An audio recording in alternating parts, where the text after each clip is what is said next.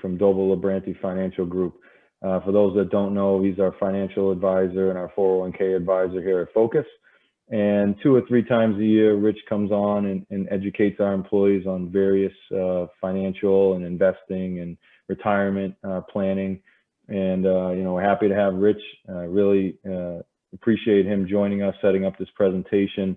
And for those that may have employees that ask him, I know a couple asked me, Rich is going to be recording this and we'll send it out to all employees that are unable to make it. So right now I'll turn it over to Rich LeBranti. Awesome. Thanks, Chris. Appreciate everyone being here, and thanks for everybody's time. Hope everyone and your families are all doing well and safe through this. Get some light at the end of the tunnel, hopefully. So we're getting there. Today we're going to chat about the importance of saving now and for your future. As Chris mentioned, I'm the investment advisor that helps out with the Focus 401k. And along with this presentation, which I really enjoy doing and get in front of folks, we also offer the ability for folks to chat with us one-on-one. So after this meeting, I'll share my contact information. If you have personal specific questions, maybe save those so we can talk offline. If you have general questions about just some of the data that I'm going through, definitely feel free to use the chat function, and I can get to those questions either as we go or toward the end. But everyone who works for Focus is afforded some time with me virtually so we can chat about your own personal situation. So if you're in a position to take advantage of that, or if you have, the desire to do that, I'd be happy to help on an individual basis too. So just a few things we're going to cover today is some of the topics are: how much should I be saving? How do I know if I'm on track for retirement and I'm getting closer to retirement? What should I do? So this is really your time. I want to make this as interactive as possible. So like I said, if questions come up or you have things that you want to talk about in addition to these topics, I would love to get some banter going and make sure we're getting the most use out of this time. So I always lead into this chat talking about longevity. As we know, as a population in the US and throughout the world, we're all living longer. We have these wonderful 4 women here on the screen who have all lived, a few of them to a ripe age, well over 100. And you have our friend, Julia Hurricane Hawkins, who's still doing relay races at 103. So a lot of the stuff that we talk about in regard to kind of the importance of saving, how long retirement's going to last, why it's so important to save now and be diligent about thinking about the future, is because of longevity. We're all living longer as a population. In the US, the life expectancy for men is around 77, 78, and for women, it's just over 80 to 81. So when you think about the actual life expectancy, when the Social Security legislation passed in the 1930s, life expectancy was in the 60s for men and women. So, and just under about 100 years, we've moved our life expectancy, almost 20 years, which we've never done in the history of the world. So a lot of the stuff that we talk about today really has to do with longevity and the fact that we are living longer and we need to plan for that. And one other slide I'd like to share before we get into the numbers and kind of the planning is when you think about married couples, in the next decade or so, there's a 50% chance that, a married couple at 65 is going to have one of those individuals live to age 95. So I never want the idea of longevity to be taken lightly, and it really comes into play with all of the ideas that we share with our clients and prospective clients, and through these education sessions about, why we talk about the things that we do and why planning now at a younger age is so important, because, we're moving in a direction where we're all living longer.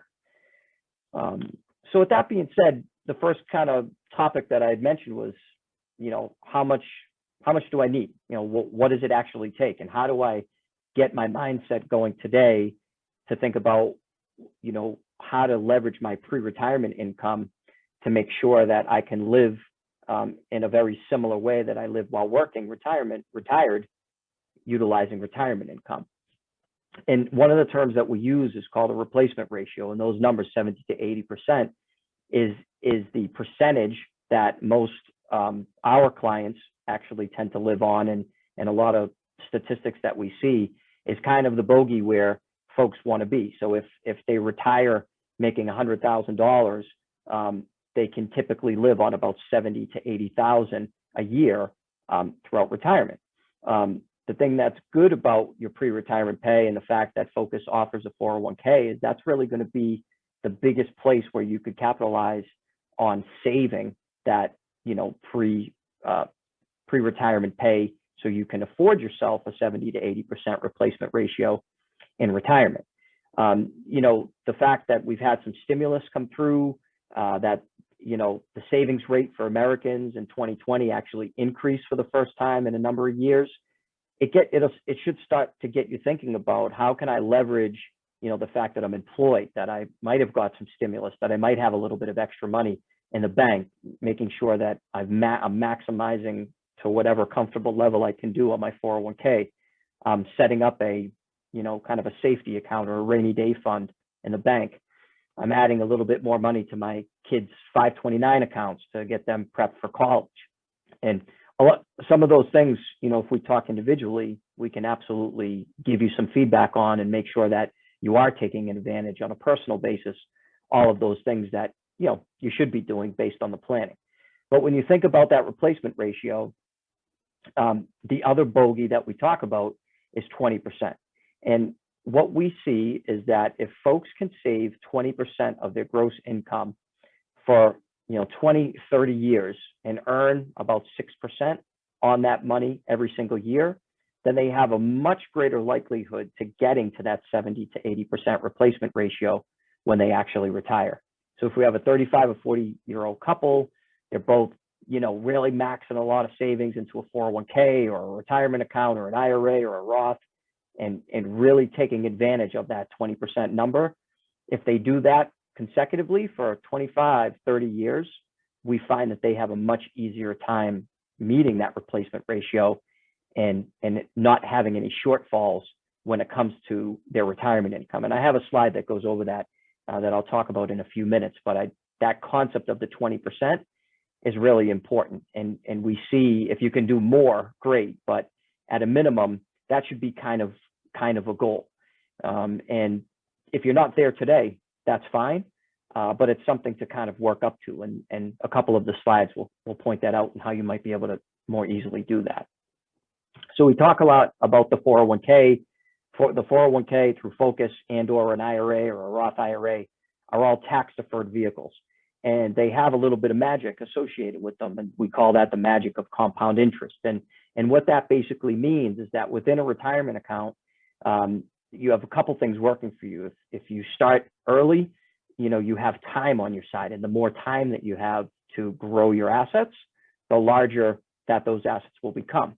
And the power of compound interest basically means that when you put money in your 401k or an IRA or other retirement account, and you add interest to your contributions, not only are you adding interest because the investments that you bought are growing, but as the years go, you add interest upon the interest. And that's how compounding works. So when you look at the slide and you kind of look at folks who might have started at different ages from a retirement savings standpoint, saving the same exact dollars, earning the same exact rate of return, that 10-year time frame and that powerful impact of compound interest really makes a difference of almost doubling the account values, just kind of getting going earlier and giving that compound interest extra time to grow the account. So there is some magic in the compound interest. As important, along with that compound interest, is what we call the power of 1%. And it doesn't have to be 1%. It's easy for folks to make it 1%. But in essence, the goal here is if you're starting out in the 401k plan, and I talked about that bogey of 20%. If you're currently saving, 5%, kudos to you. That's wonderful. You're in the plan, you're saving, and having that start is better than not saving at all. But one of the things that we find is very important for people to kind of meet their goals and continue to get to that 20% bogey to create a replacement ratio when they get to retirement is utilizing a 1% increase every year. So if you're saving 5% today, maybe bump your 401k contribution up next year to 6% or 7%. If you're saving 10% today, wonderful. Bump it up to 11, 12%. And if you can do that historically every single year, you can see through the slide a pretty basic representation, but the more money you save over the years, the better result you'll have and the more money you'll have in your 401k when you retire. So that compounding effect of starting early, adding money, interest upon your interest and kind of growing your account, as well as increasing your contributions every year, are really going to be two very important things that'll help you attain and achieve your goals when you're thinking about where you want to be from a retirement planning perspective. So once we've shared a couple of those concepts, and now you say, okay, I understand compound, I'm getting in the plan, I'm going to start early, I'm going to save every paycheck, I'm going to commit to increasing my contributions every single year, and say, that's all well and good conceptually, but how do I actually know if I'm on track? And I think this slide is probably my favorite slide in the whole presentation, because it really just gets down to the pure figures to say, if you make a certain amount of money and you're only saving a small amount every year and you don't increase your contributions, you're going to be set up to fail in essence. So if we take our three candidates, Jeff, Julia, and Jordan and James, Jeff is age 30. He's making $50,000 a year. He's saving 2%. Again, it's great that he's saving something, but when you look at what he has saved today and the fact that he kept his 2% static throughout the years, his need based on retirement calculators that we use, and I'll share some of those online resources with you later where you can go and calculate your own needs. He's projected to have saved close to $400,000 at his age 65, and these all run through age 65 with a 4% rate of return in the background of how we calculated these numbers. So he has a need of $873,000, and based on saving 2% a year with these incremental increases, he's going to have a shortfall of about half of what he needs. So that $481,000 is really not going to allow him to meet his goals at that 70 to 80% replacement ratio. Julia, on the other hand, she's a little bit older. She's making a little bit more money. She might be taking that retirement savings a little bit more serious, saying, now I'm 40. I want to increase my contributions. She saved $100,000 to date, which is good. Her projected need based on her salary is about $1.3 million. She's going to get about $940,000 or so based on this savings rate. Again, going to have a shortfall of over $400,000. $942,000 is a very large amount of money, and I'm not saying that she won't be able to meet her goals, but thinking back on that replacement ratio of 70 to 80%, how we see our clients who retire and our clients of our firm utilizing their retirement income, that is a very good bogey to say that is what most people end up living on. And if that's going to be the bogey we shoot for, a 2% saving to 7% savings really isn't going to do the trick. If we talk about Jordan and James, married couple, they're both making, a great salary, $85,000 and $95,000. They're saving that 20% number. They have $600,000 at their age 55, and they're going to continue to save through age 65. They have a need of about $1.5 million. And based on saving that 20% with that increase in interest every single year and staying diligent with that planning, they'll have a projected savings of about $1.8 million. So they don't have a shortfall. So why this slide is important, because I think it gets you thinking, if you're in any of these scenarios, either single or with a spouse or a partner, and you're thinking about how you want to meet your retirement goals, it really is powerful to think about that 20% number and how you can get there.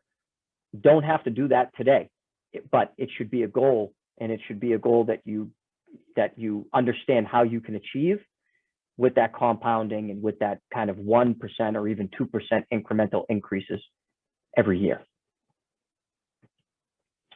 And so when you're thinking about how you can achieve your goals and how you can kind of be like Jordan and James and really get to that 20% number, there's a couple of ways that we recommend that things that you can do to stay on track. The first thing is, as we talked about, review your contribution amount. If you know that you might only be saving 2 or 3% of salary today, look at if you can squeeze out a few more percentage points, especially when you think about if you're using the pre-tax 401k or the traditional 401k. Every $100 you put into that 401k is going to be about $70 less in your paycheck, or 75, because it goes in pre-tax. So when you look at all the line items on your check and you see, your federal tax, your state tax, and other things that come out, your 401k contribution comes out before all of those other things. So $100 gross into the 401k is about 75 net that you don't see in your paycheck every pay period. So when you're thinking about cash flow and how you can achieve your goals and giving yourself the ability to save more, think of that 100 to 75. Every $100 you save means $75 less. If you're using the Roth 401k, which is also a wonderful vehicle to use, you don't get that same scenario. $100 gross is $100 net, because the contributions to the Roth 401k go in after tax. So you don't get that tax savings. Same way to kind of use your cash flow scenario, but $100 in Roth means $100 less per paycheck, and see what you can achieve. So reviewing your contribution amount diligently every year and trying to keep up as you get, salary increases or different lifestyle things, or, car payments go away and things free up for you where you have a little bit more cash flow opportunity. Reviewing and increasing your contribution amounts is very important. The second thing is, routinely reviewing and rebalancing your investments. So if you're a 30-year-old saver today, you should have the ability, as long as you're comfortable with risk, of being extremely aggressive in the 401k. You have maybe 30 plus years before you're going to retire, and having that time frame will afford you some risk. But as you're going through your working years and you go from 30 to 40, to 50 to 55, and you start to knock on the door of retirement, you then have to start thinking about, okay, should my risk start to adjust based on how closer I'm getting to retirement? The other thing about rebalancing your investments that's important even at a younger age is if you are in a portfolio of, let's say, 80% stocks and 20% bonds, and March, April, and May of 2020 happens again, and your 80% stock portfolio now went down to 65% stocks, and your bond portion rose to 35%. That's a wonderful time to take some money from bonds and rebalance back to that 80-20, because you'd be buying low. And that's kind of what Investments 101 tells you to do. So rebalancing your portfolio to get back to a stated allocation is always beneficial when you have ups and downs in the market. And we could talk offline with that if you have specific questions about your individual, rate of return, or your individual allocation. Happy to talk about how to get you in the right place in that rebalancing strategy. The third thing is have a game plan for your withdrawals. This is really a little bit more closer to retirement. And what that means is think about your budgeting. Think about what it's costing you to live on a monthly basis. And what is that going to look like when you stop working, when you go from making, $80,000 to $100,000 a year, and then having to switch from what's what we call accumulation to distribution, and now withdrawing from your retirement accounts. So having a strategy around that for the younger workers on the call, that's likely something that you don't need to do at the moment. Rich, I'm sorry to interrupt. We have an employee that I think joined late, and you may need to let him in the Zoom. He just sent me a IM. I don't know if you see that. Yeah, I just admitted him. Okay, thank you. Yep, absolutely. So having that game plan for withdrawals kind of later in life is really important. And then the last thing is get help.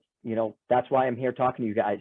Through Focus, you have the ability to utilize our expertise, and we're happy to help. If we can set aside some time and get you focused on your planning and just any of the other financial planning goals that you may have, that's what we're paid to do. So, take advantage of that. We'd be happy to help. A couple of quick things, just kind of 401k mistakes to avoid leading into the ways that you can stay focused is, number one, don't leave free money on the table. So as you know, Focus has a match that's incorporated in their 401k plan. If you're not using the 401k to date, then you're leaving free money on the table. So getting involved with the 401k and maximizing the match would be one thing that would be a great starting point. Avoid keeping your contribution rate static. We talked about in the slide where an individual who only saved, 2% or 5% across the board is not going to have the ability to meet their goals. So utilizing that power of 1% or even 2%, increasing your contributions every year to continue to maximize what you're saving is going to get you in a much better position. Avoid taking out loans or premature withdrawals. Everybody gets in situations in life where they might need a little bit of help, and the 401k loan could provide some of that help. We really try to recommend that if you are going to take a loan, it should be for something that it's going to give you the ability to, build some equity or put value back into something, like if you were a first-time home buyer, or if you were helping to educate your children through college. If you're looking to go down to South Beach for a couple of weeks on vacation, that wouldn't be a good recommendation to take a 401k loan. So we don't like to see folks take loans at all, but if you do end up taking a loan, try to do it for something that's going to allow you to leverage that money in a position that helps you on the other side, where you're building equity in a property or paying down an equity line that might be overbearing from an interest rate standpoint, or educating your children. And then the last thing there is avoid doing it yourself. So I'd mentioned we're available if you are well-versed in financial planning topics and you really take an interest in some of this stuff. That's wonderful. And we know some folks within 401k plans do. They're very interested in the different funds that they can purchase. They're very interested in kind of tracking their retirement goals and things like that. And with that being said, that's great. There's also just as many or more people who, don't make this something that they feel like they're experts at. And if you're in that camp, get some help, reach out to me, use on some of the online calculators, which, T. Rowe Price makes available. The Securities and Exchange Commission has a good calculator as well. And this shortfall calculator is also actually pretty helpful. So I can send this slide around to Chris, and he can share this with folks, so you can use some of the online resources. But there's lots of great stuff out there that you can utilize to make sure that you are on track. And whether it's leveraging our time or your own time with some of this stuff, we would encourage that. So sorry. The last thing that I'll close on is I'm getting closer to retirement. What should I do? I'm not going to spend too much time here because, again, this is a little bit more personal, and this is for a more senior level of folks who are kind of 5 years away from retirement. I'm sure there's a lot of folks on the call that aren't. But just quickly to just kind of think about this stuff. Maybe you have parents who are getting close to retirement, or I know there are some people on the call who are closer to retirement than not. One of the first things that we recommend you do is use the term visualize your retirement. And what that means is, what's it going to look like?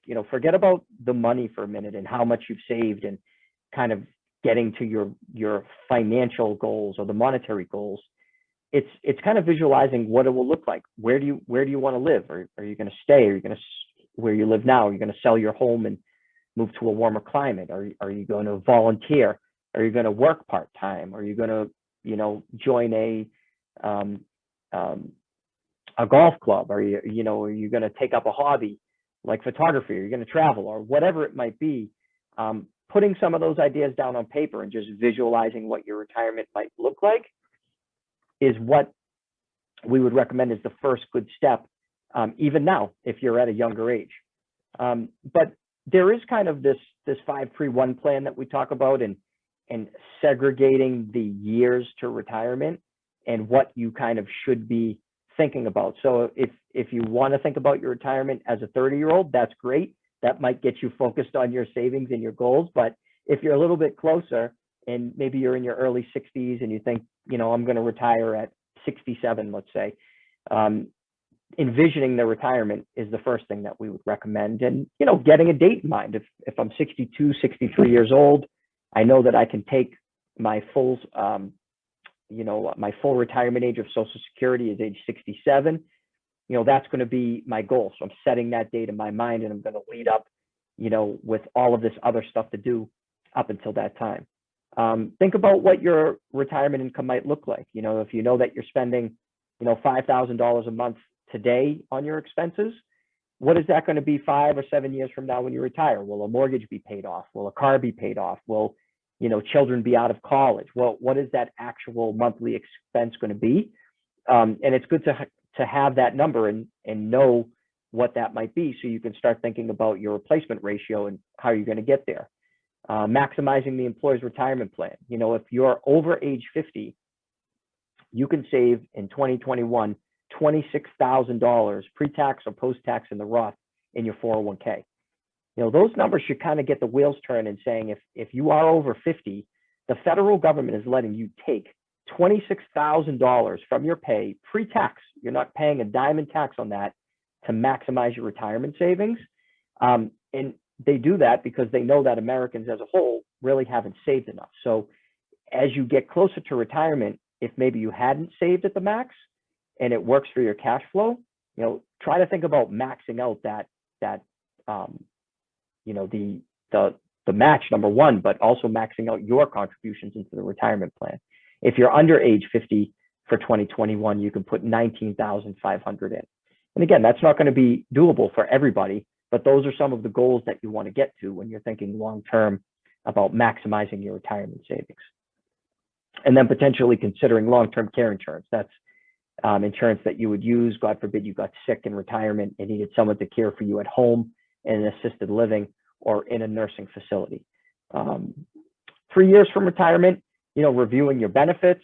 What is Social Security going to look like at age 65, at age 67, at age 70, and getting those numbers, making sure that your allocation in your 401k is not too aggressive. You don't want to be sitting in a all stock portfolio a few years before you retire, because if we meet up with another set of months like March, April, May of 2020, or 2008, 9, and 10, or 2001, 2, and 3, you want to make sure that you're allocated properly, knowing that you might be using that money sooner or later. Review your life insurance and estate planning. So make sure your beneficiaries are set up correctly if you have life insurance.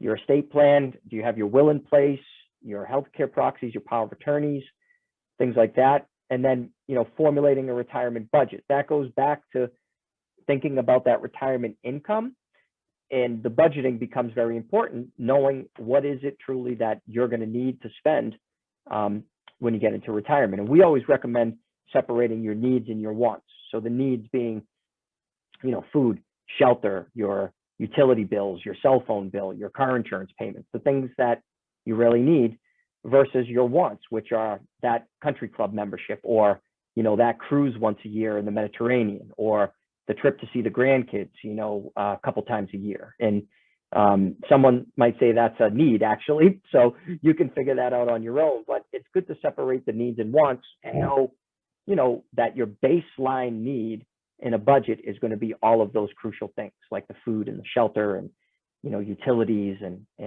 things. And then your wants are going to be the things that, you want and you desire.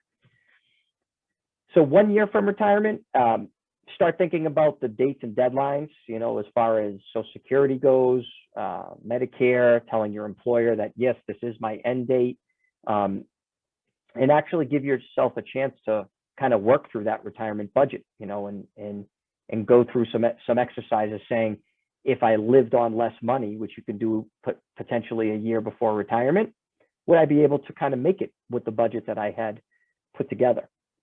And then when you're knocking on the door of retirement, you get there, and now let's say you're actually officially retired.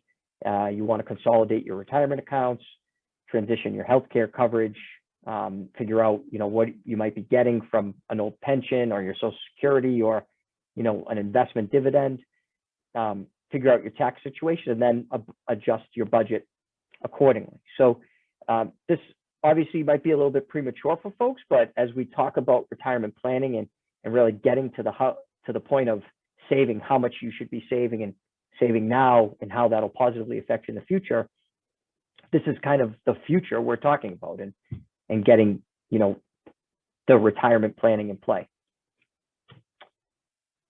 So with that, I will take some questions. I didn't see anything come through the chat box. This is my contact information. And like I said, I can share this slide as well as the online resources slide with Chris, and he can share that with you guys as we go. Oh, I do see one question here. Do we pay interest to ourselves when we get a 401k loan? Yes.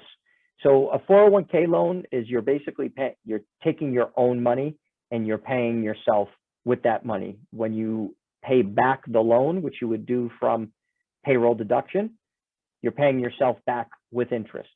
Some things to be aware of with the 401k loan: if you left Focus or you were terminated for any reason, that loan would become taxable.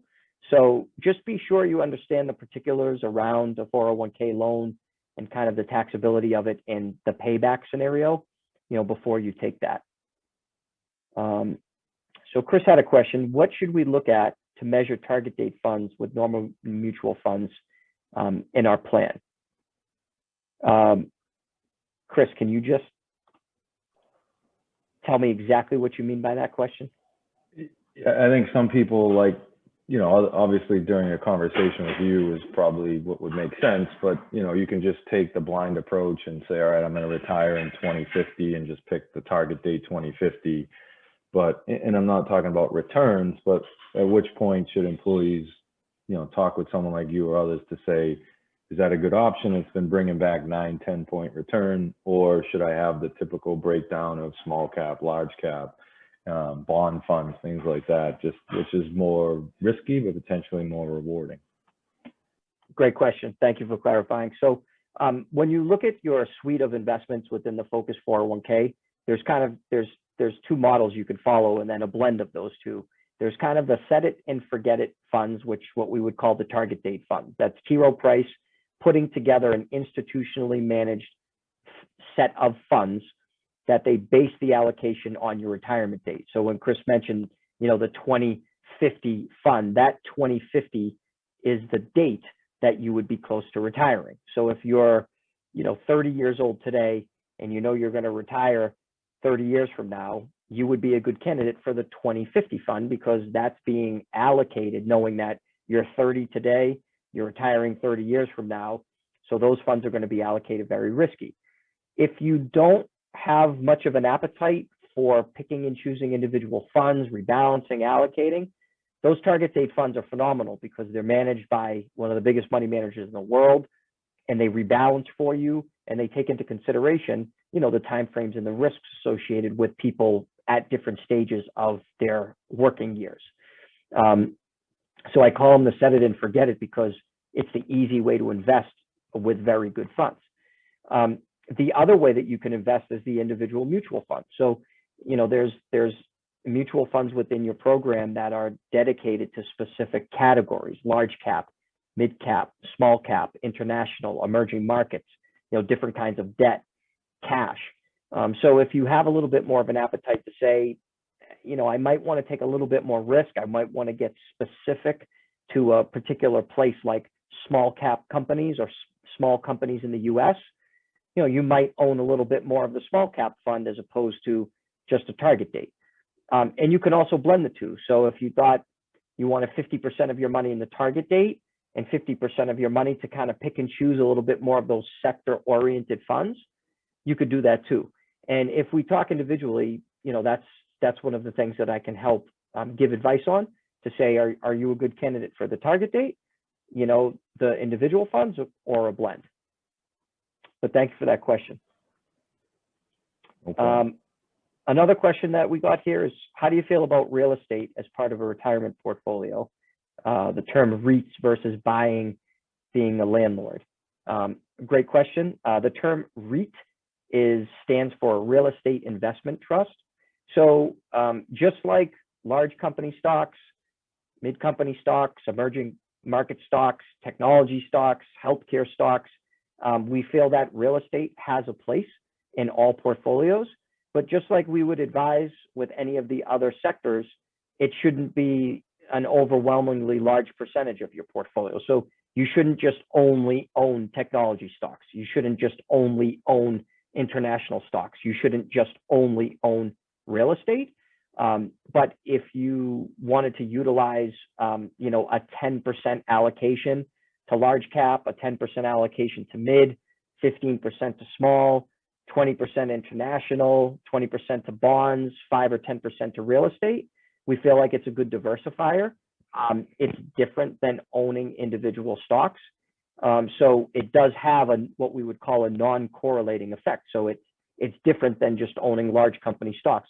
It's a whole different animal from an investment standpoint.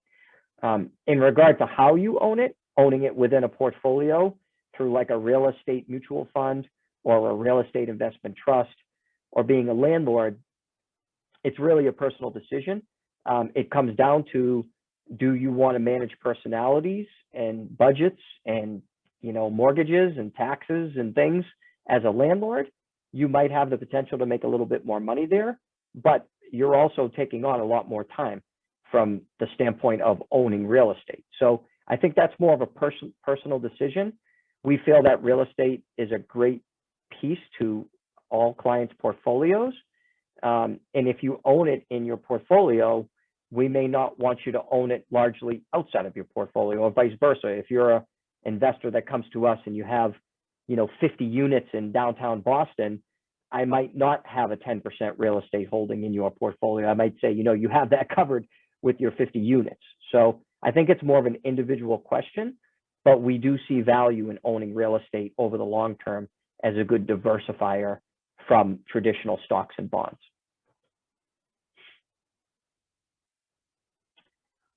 Any other questions? Awesome. Well, I really appreciate everybody taking some time to join the call. I hope this was helpful. As I mentioned, please use this as a resource. We're happy to help any way that we can, whether it's specific to your 401k planning, or you're trying to figure out, you know, any other financial planning topics like saving for kids' education, you know, first-time home buying.